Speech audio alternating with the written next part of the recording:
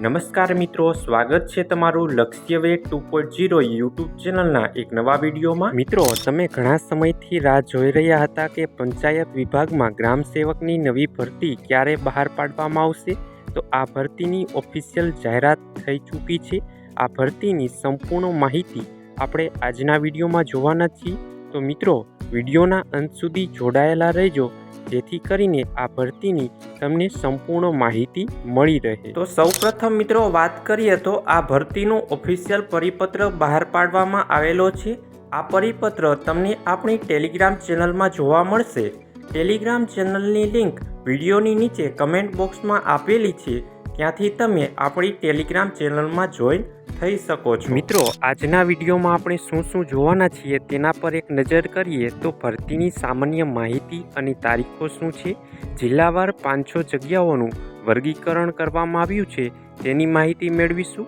શૈક્ષણિક લાયકાત અને વયમર્યાદા શું રાખેલી છે અને ઓનલાઈન ફોર્મ અને ફીની વિગતો અને મિત્રો પરીક્ષાનો સંપૂર્ણ સિલેબસ અને પગાર ધોરણ શું રાખવામાં આવ્યું છે તેની સંપૂર્ણ માહિતી આજના વિડીયોમાં જોવાના છીએ।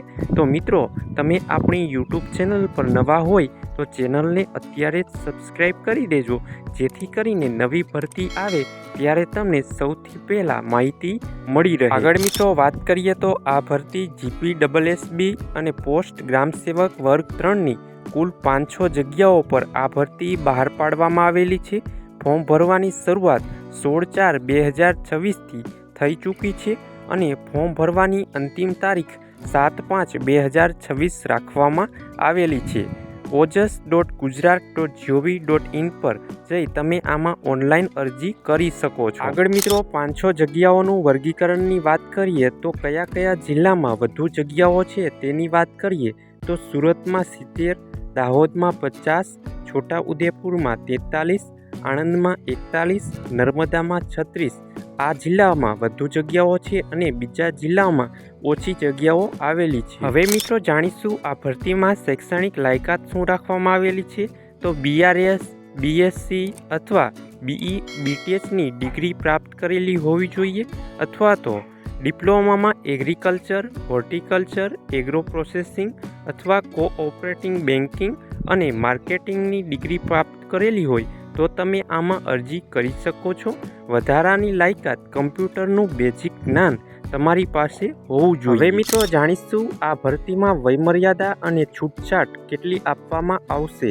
તો સામાન્ય વયમર્યાદા 18 થી 35 વર્ષ 7/5/2026ના રોજ રાખવામાં આવેલી છે।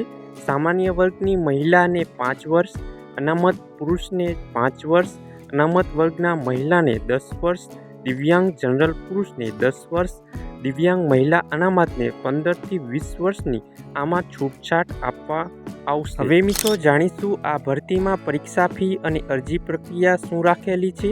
તો સામાન્ય વર્ગને જનરલને 100 રૂપિયા પ્લસ બેંક ચાર્જ આમાં અરજી ફી રાખેલી છે।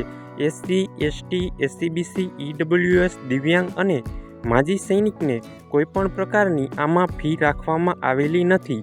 ઓજસની ઓફિશિયલ વેબસાઇટ પર જઈ તમે આમાં ઓનલાઈન અરજી કરી શકો છો। આગળ મિત્રો આ ભરતીમાં પગાર ધોરણ શું રાખવામાં આવ્યું છે। તો પ્રથમ 5 વર્ષ માટે તમને ફિક્સ પગાર ₹26,000 પ્રતિ માસ આપવામાં આવશે અને 5 વર્ષની સંતોષકારક સેવા પછી નિયમિત તમને નિમણૂક સરકારી ભથ્થા મળવાપાત્ર છે। આગળ મિત્રો પરીક્ષા પદ્ધતિ અને સિલેબસની વાત કરીએ તો આમાં કુલ 200 માર્ક્સનું પેપર રહેશે અને તમને 3 કલાક આપવામાં આવશે। વિષયની વાત કરીએ તો GK, ગુજરાતી ગ્રામર, અંગ્રેજી ગ્રામર, મેથ્સ, રીઝનિંગ અને ટેકનિકલ નોલેજના આમાં તમને પ્રશ્નો પૂછવામાં આવશે। આ પરીક્ષા પદ્ધતિ OMR અથવા તો CBRT દ્વારા લેવામાં આવશે। આગળ મિત્રો પરીક્ષા માટેની ખાસ સૂચનાઓની વાત કરીએ તો એક ઉમેદવાર માત્ર એક જ અરજી કરી શકે છે। બહુવિધ અરજીના કિસ્સામાં છેલ્લી અરજી કન્ફર્મ માનવામાં આવશે અને મિત્રો નોન ક્રિમિલિયર, NCL અને EWS સર્ટિફિકેટ નિર્ધારિત સમયગાળામાં હોવા જોઈએ। રમતગમત અથવા વિધવા ઉમેદવારને મેરિટના 5% ગુણનો વધારો મળશે। તો મિત્રો આ હતી ભરતીની સંપૂર્ણ માહિતી। આવી જ સરકારી અને પ્રાઇવેટ ભરતીની અવનવી માહિતી જાણવા માટે તમે આપણી યુટ્યુબ ચેનલને સબસ્ક્રાઈબ કરી લેજો અને મિત્રો ભરતીની નાની મોટી અપડેટ PDF અને મટીરિયલ મેળવવા માટે તમે આપણી ટેલિગ્રામ ચેનલમાં જોઈન થઈ શકો છો।